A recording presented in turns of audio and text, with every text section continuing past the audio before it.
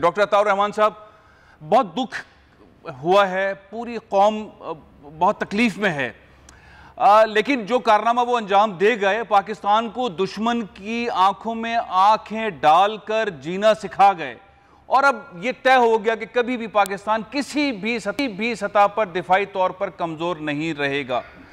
आप क्या कहेंगे डॉक्टर अब्दुल कदीर खान साहब की ज़िंदगी, जो मरहले गुजरे वो, और जो उन्होंने पाकिस्तान को ये सलाहियत अता फरमाई? रहीम, ये बहुत ही बड़ा अलमिया है हमारी कौम के लिए। ये जो सानिया हुआ है, अल्लाह ताला उनको जन्नत फिरदौस में आला तरीन मकाम दे। डॉक्टर साहब से मेरे बहुत ही पुराने ताल्लुकात थे, साथ हम रहे पाकिस्तान एकेडमी ऑफ साइंसेस में, बहुत सारे मामलात में साथ हमने काम किया और उनकी बहुत बड़ी हमअगी शख्सियत थी।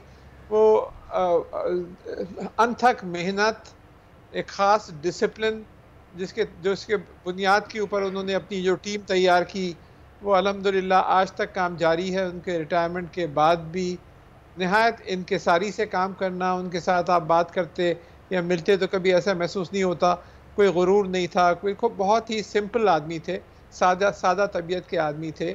और जो कारनामा उन्होंने अंजाम दिया, वो उन सब मुश्किलात के बावजूद कि पाकिस्तान के ऊपर सैंक्शंस थी, कोई चीज़ हम इम्पोर्ट नहीं कर सकते थे, मुख्तलिफ मराहिल से गुज़रे, लेकिन इसके बावजूद बहुत कम पैसे खर्च करके हमारे से कहीं ज़्यादा अमीर इस्लामी ममालिक हैं जो ये टेक्नोलॉजी नहीं हासिल कर सके, लेकिन जो वो और उनके साथी कर गए अल्हम्दुलिल्लाह। तो जैसे आपने फरमाया कि आज हम दुश्मन की आंखों में आंख डाल के देख सकते हैं और इस मकाम पे पहुंच गए हैं कि पाकिस्तान अपना पूरी तरीके से किसी भी दुश्मन के साथ अपना दिफा कर सकता है।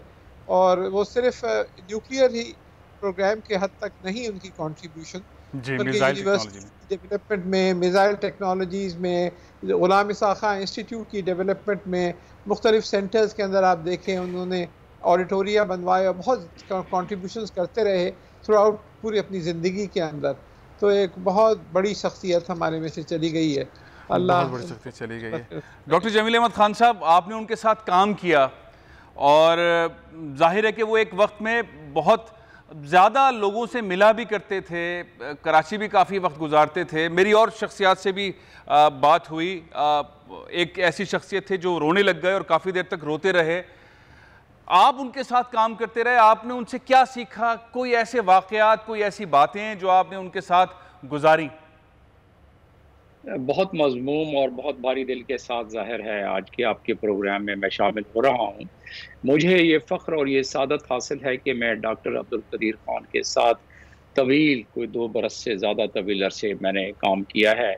मेरी तैनाती वहाँ रही और उस तैनाती के दौरान मुझे डॉक्टर कदीर खान की शख्सियत को, उनके अंदाज़ को कि किस अंदाज से वो काम किया करते थे, वो यकीनन अब एक रिफ्लेक्शन है, एक यादगार है। न सिर्फ मेरी यादगार बल्कि कौम का सरमाया है ये। मैंने क्या उनसे सीखा? वही जो अभी बात हो रही थी, एक नफीस इंसान, इंसानियत की कदर करना मैंने सीखा। एक हमदर्द इंसान, इंसान से हमदर्दी का मैंने सीखा। एक अच्छी एडमिनिस्ट्रेटर, भला के एडमिनिस्ट्रेटर, अच्छा, भला के साइंसदान तो थे ही थे, भला के एडमिनिस्ट्रेटर। सुबह को जो वो मीटिंग करते थे, तकरीबन उनके मीटिंग का टाइम होता था 9:30 से 10 बजे के करीब। तमाम वो एडमिनिस्ट्रेटिव ऑफिस में मीटिंग किया करते थे, अपने लेबॉर्ट्री में नहीं। लेबॉर्ट्री में सिर्फ वो अकेले होते थे और उनके अपने साथी साइंसदान होते थे। तो वहाँ जब वो अहकामात देते थे और गुज़िश्ता 24 घंटों की प्रोग्रेस लेते थे, तो महसूस होता था कि कितने भला के वो एडमिनिस्ट्रेटर थे कि वो किसी को बख्शते नहीं थे इस मामले में, और बड़े प्यार और मोहब्बत से जानते थे कि काम को पाया तकमील तक पहुँचाना है।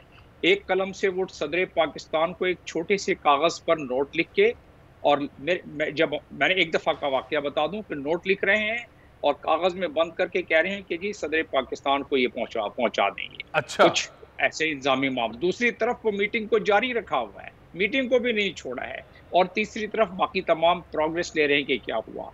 डॉक्टर साहब, कभी उन्होंने ये बताया कि किस तरह वो पाकिस्तान आए, वो इतनी अच्छी ज़िंदगी गुजार रहे थे, एक ज़बरदस्त लाइफ स्टाइल था उनका। क्या ऐसा पॉइंट था जिस पर उन्होंने फैसला किया कि मैं पाकिस्तान जाऊंगा, और पाकिस्तान जाने के बाद जुल्फ़िकार अली भुट्टो साहब को ख़त लिखने के बाद आके यहाँ पे काम करूंगा?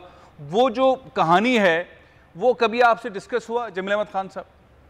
जी बिल्कुल, बल्कि मुझसे ही नहीं, बाकी जो वहाँ डायरेक्टर, हर रोज़ हम लंच, डायरेक्टर्स जितने भी थे उनको, वो जब पहले एडमिनिस्ट्रेटिव ऑफिस से जाते थे अपने लेबॉर्ट्री में जो वहाँ से काफ़ी फासले पर था, और वापस आके लंच अपने डायरेक्टर्स के साथ किया करते थे। थोड़ी ताख़ीर से लगती थी, उसमें ये तमाम बातें वक्तन फवक्तन करते रहते, बड़े रिलैक्स माहौल में वो सारों को रखते थे। किसी को ये महसूस नहीं होता था कि वो इतने बड़े शख्सियत के साथ काम कर रहे हैं, या उनका कोई डर या कोई उनका दबंग जिस तरह होता है एक ब्यूरोक्रेटिक अंदाज, उससे ऐसा कुछ नहीं था। प्यार और मोहब्बत वाला अंदाज होता था।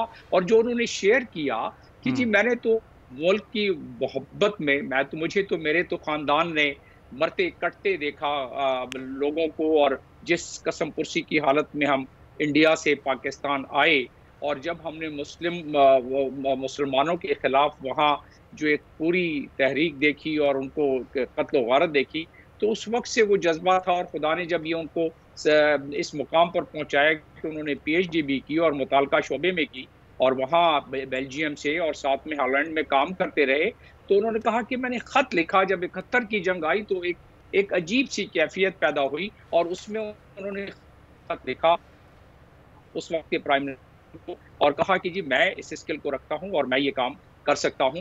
तो उसके बाद जैसे ब्यूरोक्रेटिक मामलात में कुछ ताख़ीर हुई, तो अगस्त में उन्होंने ये खत लिखा था, फिर सितंबर में दूसरा खत लिखा, तो वो कहीं नज़र से गुजरा और उस पर फिर फोकस किया। फिर अपने सफ़ीर के जरिए उन्होंने लिखा था हॉलैंड के, तो उन्होंने फिर जुल्फ़िकार अली भुट्टो ने बुलवाया, और जब उन्हें जब काम करना शुरू किया तो वही ब्यूरोक्रेटिक हर्डल शुरू हो गई।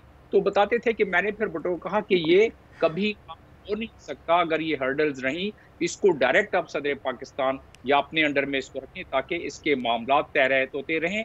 तो कहने के जब ये मामला नहीं हो रहा था तो मैंने कहा कि फिर जब आपको ये काम करवाना ही नहीं है, मैं जिस जज्बे के साथ आया हूँ तो मैं वापस जा रहा हूँ।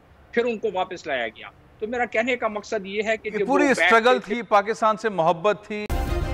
सब्सक्राइब करें और बेल दबाएं ताकि कोई खबर रह न जाए।